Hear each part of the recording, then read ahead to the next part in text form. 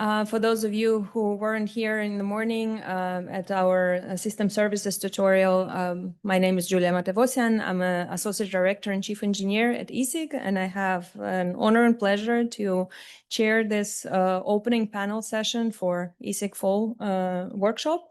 As Debbie already alluded to, this opening plenary panel will be focused on large disturbance events and blackouts. As you know, we have this fast evolving grid conditions that challenge our ability to maintain stability. So things are changing very quickly, and it may lead to larger events than we used to see before, and blackouts are happening more frequently now. So today we're very fortunate to have experts from ENTSO-E talking about recent blackout in Spain and Portugal. And then we'll also hear from Chile, from system operator there on day blackout in February 2025. Then we'll hear from ERCOT, where fortunately there was no blackout, but there are some interesting touch wood. There are some interesting large disturbance events that are happening every now and again. And so Fred will talk about analysis that ERCOT does to figure those out. And then Duncan Burt from Reactive Technologies, he'll talk about what can we do in terms of operational awareness and monitoring to maybe prevent some of these events from happening. And so with that, without any further ado, I would like to invite Bruno Gouverneur, who is the head market and operations, who is the head of market and operations at ENTSO-E, based in Belgium. Go ahead, Bruno.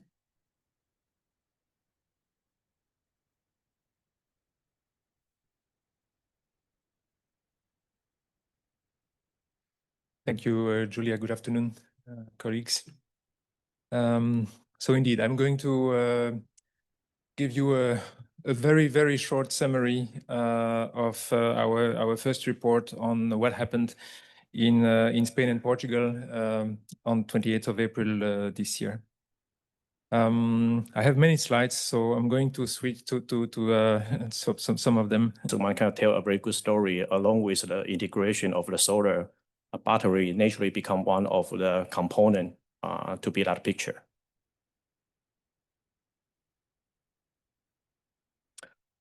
So I think these slides really summarize what we have done in the last several years from system improvement perspective, how we consider different aspects from the transmission side, even the resource side, the performance perspective, and even the real time, how we're going to take these several initiative and action items to continue to maintain the desired security and the stability.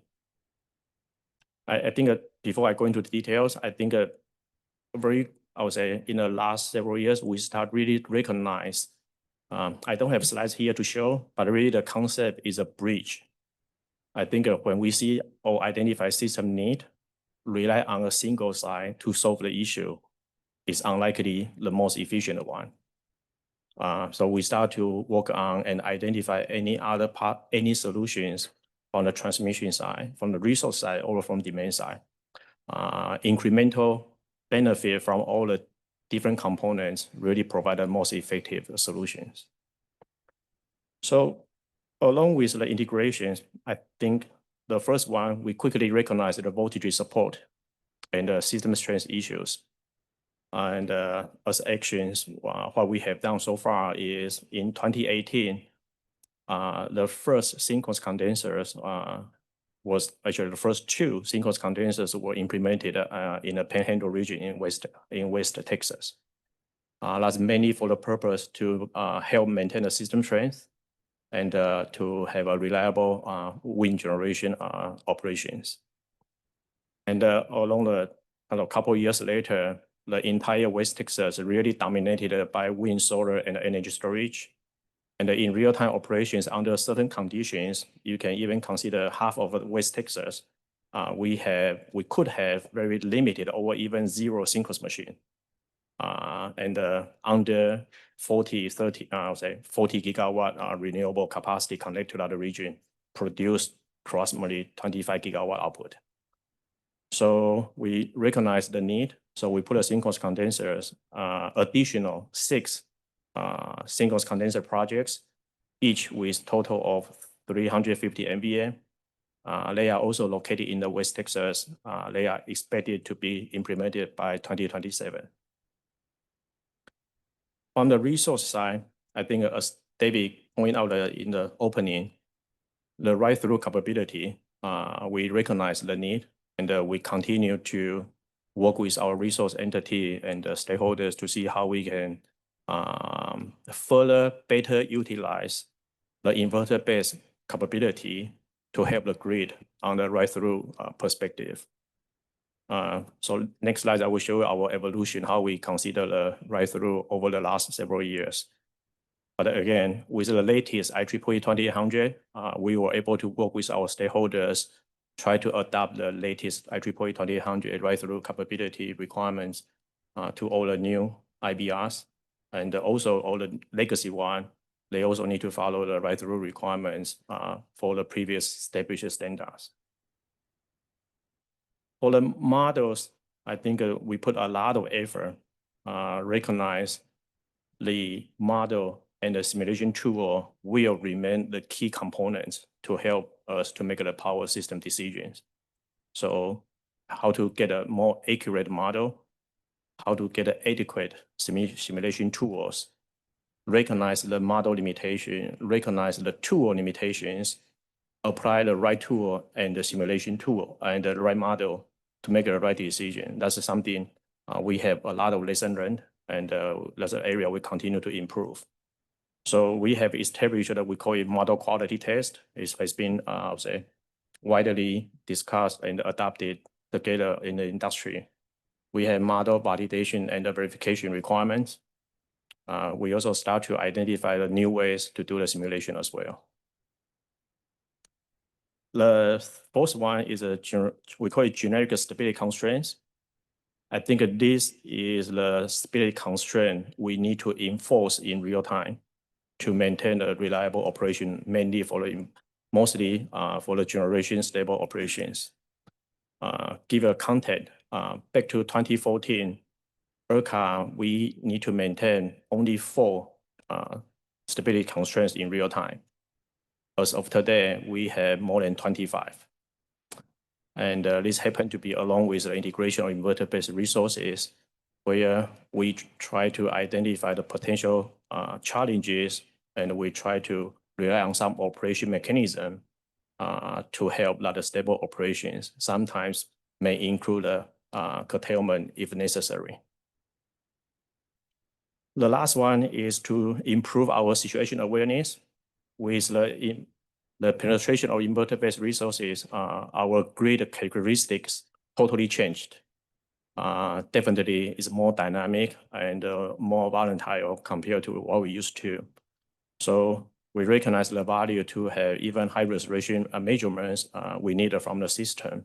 So we establish a requirement, all the inverter-based resource and potentially the large load, they are required to have PMU. They are required to have digital fault recorders. In case even the post-event analysis or real-time situation awareness, it will provide sufficient data in a greater resolution for us to monitor the system performance.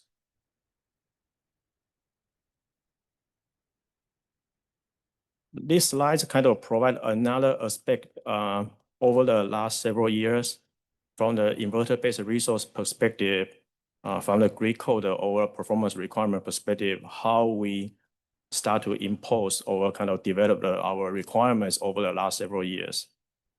Obviously, in the beginning, when IBR penetration is relatively small, the impact to the grid is very minimal. I think the focus was how we can maximize the injection to the grid from those resources for them to inject the power to serve the demand.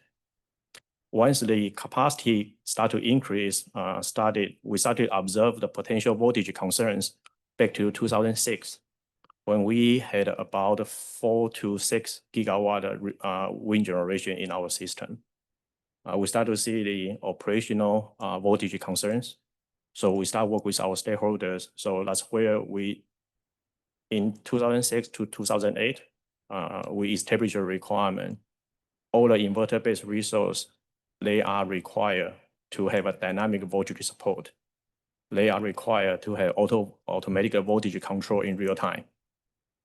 All the inverter-based resource, they are required to provide even frequency support with the defined deadband and the droop. So that's how we start to establish the requirement initially for the wind generation, but naturally it kind of applied to the solar and the energy storage as well. Similar, at the same time, we observe under a normal typical transmission fault, inverter trips. So we recognize the right through the need. So in 2006, we first established focus on low voltage right through in the beginning. So we have a low voltage right through requirement in 2006. And very quickly, with the incremental wind generation added to the system in some special concentrated region, we start to see the potential high voltage collapse. So that's where we start to introduce in 2014 the HVRT. And then 2016 and 2024 is how we start to refine our VRT requirement eventually today to align with IEEE 2800. Moving forward, I think we are in the process to review the rest of the 2800 and start to adopt the sections that are more critical to ERCOT system, and we will focus on those one by one.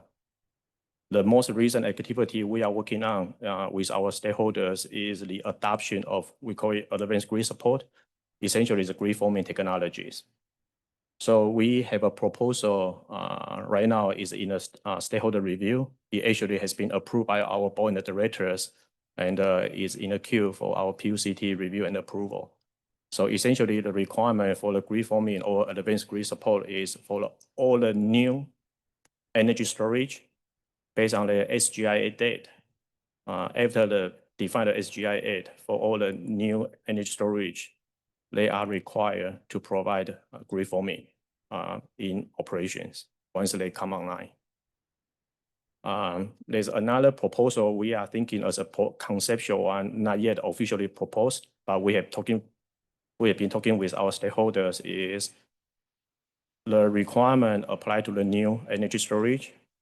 And we are thinking have a potential incentive program where we can provide us enough incentive for the existing IBR if they think their location, their value by converting to a grid forming will provide a benefit to their own generation over to the area they have concerns. That is something we expect to roll out early next year. I will skip this one. This is kind of a summary about what's our current requirement on voltage support and the frequency support for all the IBRs.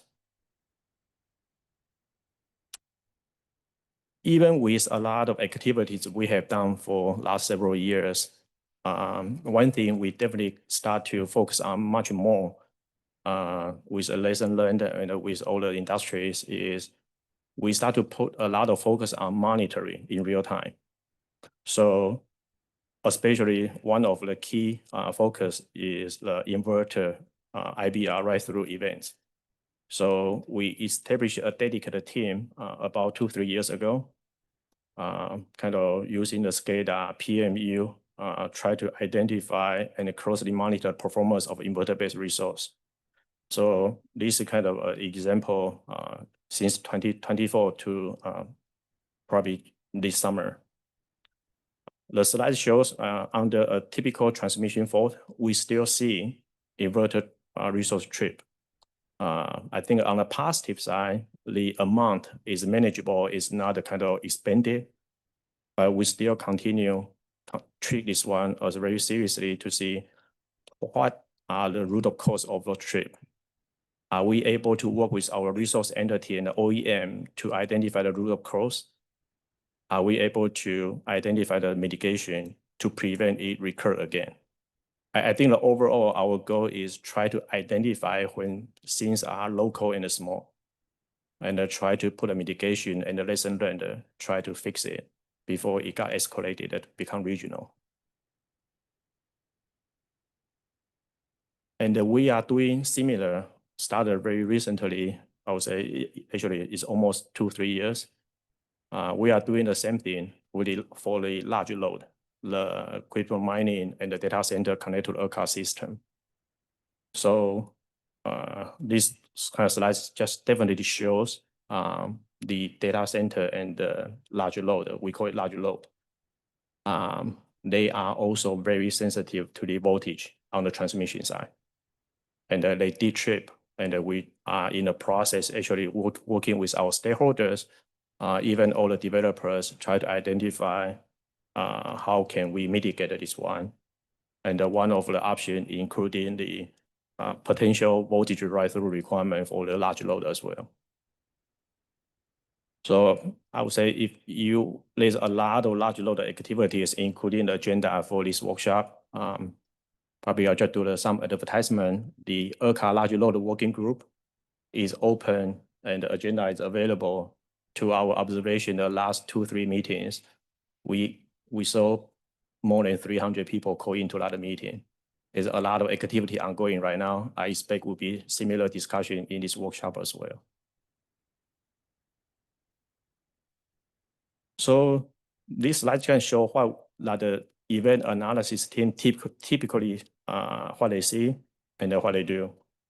They closely monitor every single inverter-based resource performance. They also closely monitor every single large load performance in ERCOT system. Identify if there is other performance and behavior, they will mark it.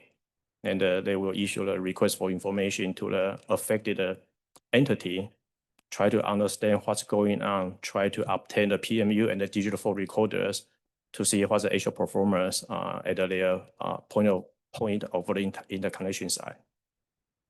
I think, again, the goal is try to continue to do this one and continue to identify the best practice, continue to identify the mitigation that we can apply to the new projects and don't repeat the mistake again. The following 2 slides kind of quickly to summarize what we have done for a potential, I call it system event impact. From the oscillation perspective, I can kind of summarize what we have done so far is from the oscillation perspective, we are proactively identify any potential oscillation through the model and the simulation, especially for all the new generation before they connect to ERCOT system. We do a very comprehensive analysis to ensure they can reliably connect to the system. And if there is any potential constraint, then we will implement a stability constraint in real time just to maintain it. All the conventional generations, they are required to have the PSS. And also, if we do see the potential oscillation in real time, I would say similar to all the system operators, the last result is we could and we did open the breaker until the issue can be resolved. For the voltage management, kind of summarize again, all the inverter-based resource, generation resource, conventional, wind, solar, energy storage, they are all required to provide a dynamic voltage support. They are all required to maintain a voltage profile established by ERCOT and the transmission company. And they also need to provide a frequency support when they are capable. We do routinely review their performance for every single event. On the frequency side, we evaluate every single governor performance of every resources. For all the notable voltage issues, we evaluate all the voltage performance for the affected area as well. Again, the whole theme is repeat again is we try to monitor, we try to catch it when it is small, try to prevent it become bigger. The lack of write-through, this has been a thing we continue to monitor, and even we have a requirement, we are in the process to work with our stakeholders, how we can, kind of as the previous presenters focus is, now we have a requirement how we can make sure their performance align with their our expected capability and the performance. This is something we continue to improve.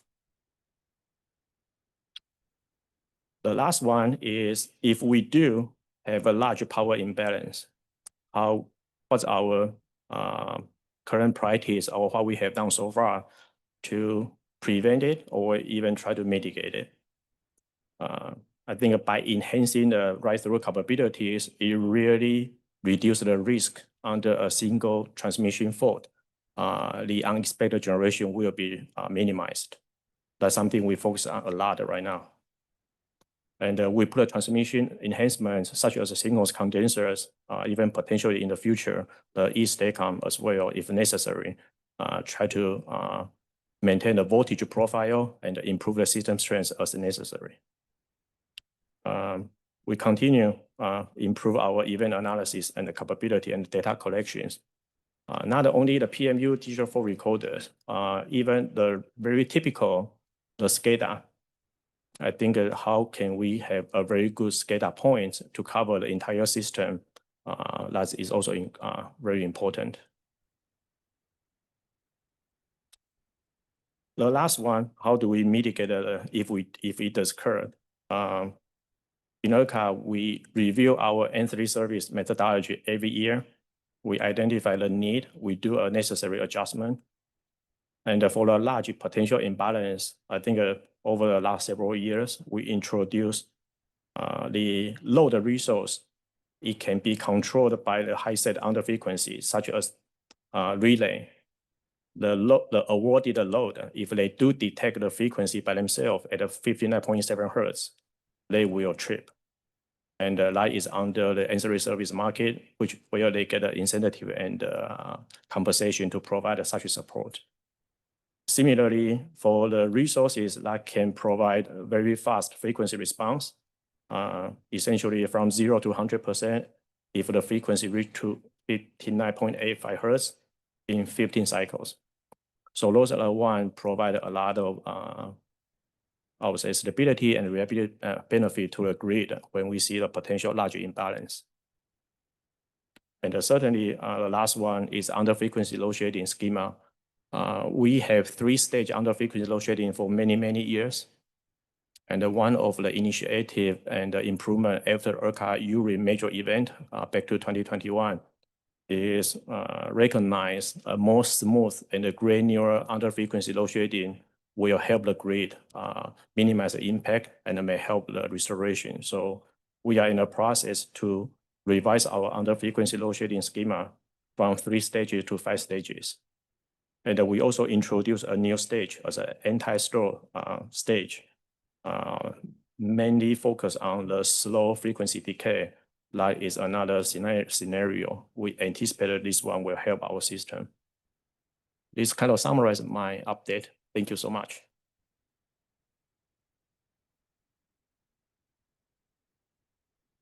Good.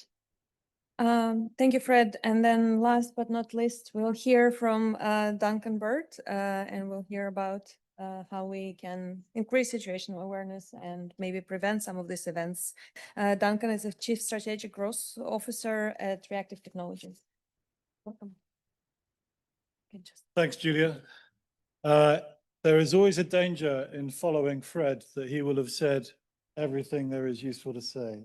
And so I will try and basically summarize a few of the really key points at a high level. But what you've just heard from Fred is an awful lot of what I'm going to say in practice at a detailed level. So first, quickly about Reactive, we provide stability and grid stabilization measurement performance analysis for many grid operators around the world.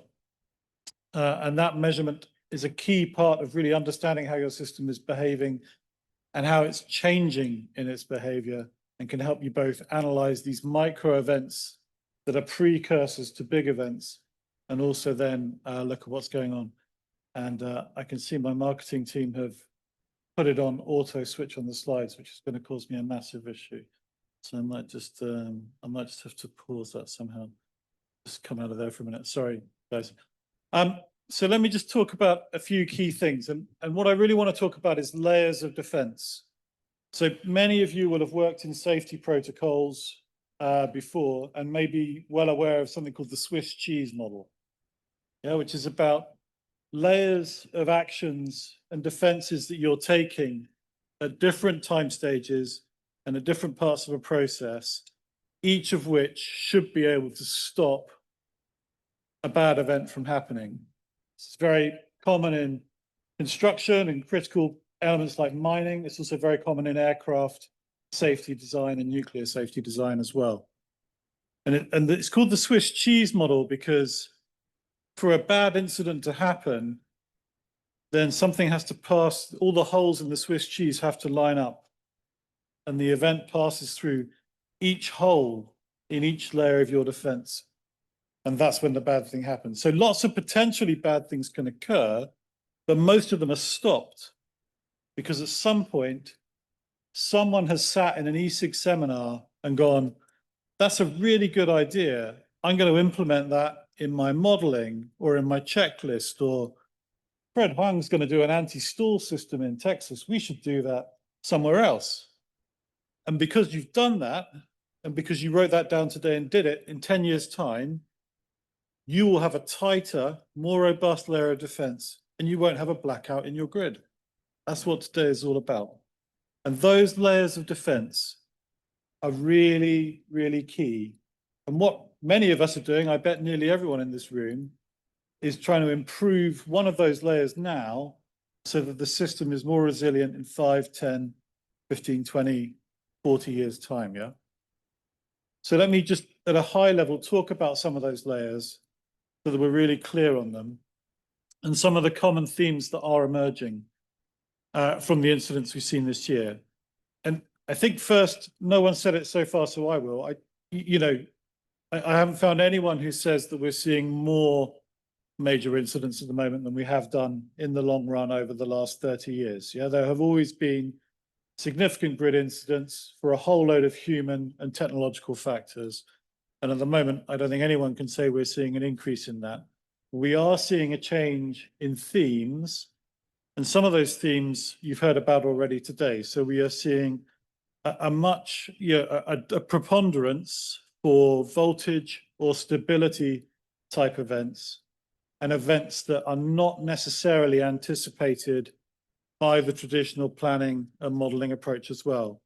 We're of course also seeing events that sit outside standard N-1 security, which is normal. But again, there are separate questions as to whether the defense mechanisms in place are adequate to catch things when they go more wrong than they should. Yeah, so there's both planning and ensuring modeling is prepped and making sure those defense measures are still able to catch in the way that they would have done in 1970 or 2005. Yeah. So those voltage and stability issues are playing a big role in what we're seeing, and that is linked to higher IBR systems. We're also seeing, again, as you've heard, real challenges around accuracy in modeling, and we're hearing this a lot from people. You're trying to model a grid using new techniques. EMT modeling is a huge investment, as many of you know, and many people in this room would help you do that. But also the modeling of individual IBR power plant controllers. Again, some people use generic, some of those are getting more precise. If you've got large HVDC interconnections, that's also a problem in terms of detail and accuracy of those models. And when you're putting that model together with hundreds of other similar black boxes, again, we're seeing increasing challenges in that being accurate. But that diligence now and precision now leads to better outcomes later, second layer of defense. Third layer of defense is really understanding how your system is behaving. So significant investments, both in system awareness, in terms of the control room understanding what's happening, the way that information is tiered and presented to them so that they only get what's essential, but also the men and women that you have in system performance analysis and follow-up teams. Are you accurately reviewing and challenging events, not only on your grid, but that other events you're seeing around the world. Best practice, exactly as Fred said, ERCOT are reviewing any major event in any geography, aren't you, Fred? And immediately taking those lessons into their own future operating plans. Alongside that, I would strongly, personal bandwagon of mine, strongly encourage transparency globally on information around these events. And we've seen fantastic examples on that from everyone here today. Again, I'd call out AEMO in Australia, who publish a full report for every single critical event, full transparency, full disclosure on that, with appropriate commercial redaction, you know, not at a scale that you have to handle, Bruno, for Iberia. But you can find 5 to 15 events per year on the AEMO grid, discussed fully, explained fully. That means that Fred can sit down and then really understand what's happened there and deploy all of that into the operations of your own grid. And then finally, alongside all of that, again, as you've heard touched on today, you've got lots of questions around extreme protection measures, not just for routine management and frequency response, but how you handle under frequency load protection with huge and complex multiple variable DER operation on there, how you handle coordination of protection schemes for large loads to manage issues like the Virginia incident. And these are difficult questions that do not have quick answers. You know, we all know that you cannot send the new graduate into a room for 3 months and come out with an answer to that. You know, the plans for this are laid years in advance, extensive cross-industry and stakeholder engagement, complicated modeling, trade-offs on standards, deployment speed, you know, risks that have to be made. So we are talking, you know, timescales very much like the ones on Fred's slide. So you're talking 5 to 7 years at least from inception to the commencement of delivery, and then maybe another 5 years for delivery. And we've seen this in the UK and Spain with things like rock-off protection and ride-through protection. Very similar issues globally on standards that need to flow right the way through the industry, and indeed engage, you know, regional, state or government stakeholders on things such as, well, how fast should your black start restart be? Is 24 hours acceptable? Is 12 hours needed? And what are the costs of that? None of these are quick questions. And I'll be honest and say that, you know, probably 10 years ago in many organizations, this was done in a back room and had been done the same way for 30, 40 years, yeah? And now these things are really coming to the fore. They need modern tools, modern investment, and significant effort to make sure that we run 5 to 15 years ahead of these issues as an industry as a whole. So what have I said there? Layers of protection, long-term planning, the kind of work we're doing here, sharing ideas, sharing challenges, getting clarity, the good work carried on in many groups in the IEEE, NERC, NASB, CGRE, and many others. Coordination and stakeholder engagement on standards, coordination of protection and settings across industry, new and much more detailed modeling and accuracy, significant investment, as Fred touched on as well, on system awareness and near real-time data, and then review of that data. And then the management and development of people and training to allow them to manage that complexity as it changes and maintain adequate stepped back awareness and control running into real time and then through real time into performance review afterwards, and all of the control planning and performance review tools that support that. And you've heard that at every single step, from modeling through system awareness and operation, view to performance review, and not just review of system performance, but review and diligent review of the performance of key parties on that system. And again, Fred touched on, effectively, Fred, I'm putting words in your mouth, but a zero tolerance approach to the arrival of oscillations and the causes of oscillations. I think you'd hear a very similar message from NESO in the UK. You now have oscillation processes using our tools to effectively identify and then disconnect parties within 2 to 3 hours So a zero tolerance approach until you can prove that you're operating correctly. And with software updates and changes to power plant and IBR controllers now happening regularly, that's not a one-stop shop that you do during commissioning. It's every day of the week, every week of the year. So in summary, this is a whole organization effort, and it starts 10 years out with these conversations in these rooms today, right the way through into real-time stakeholder engagement and performance review.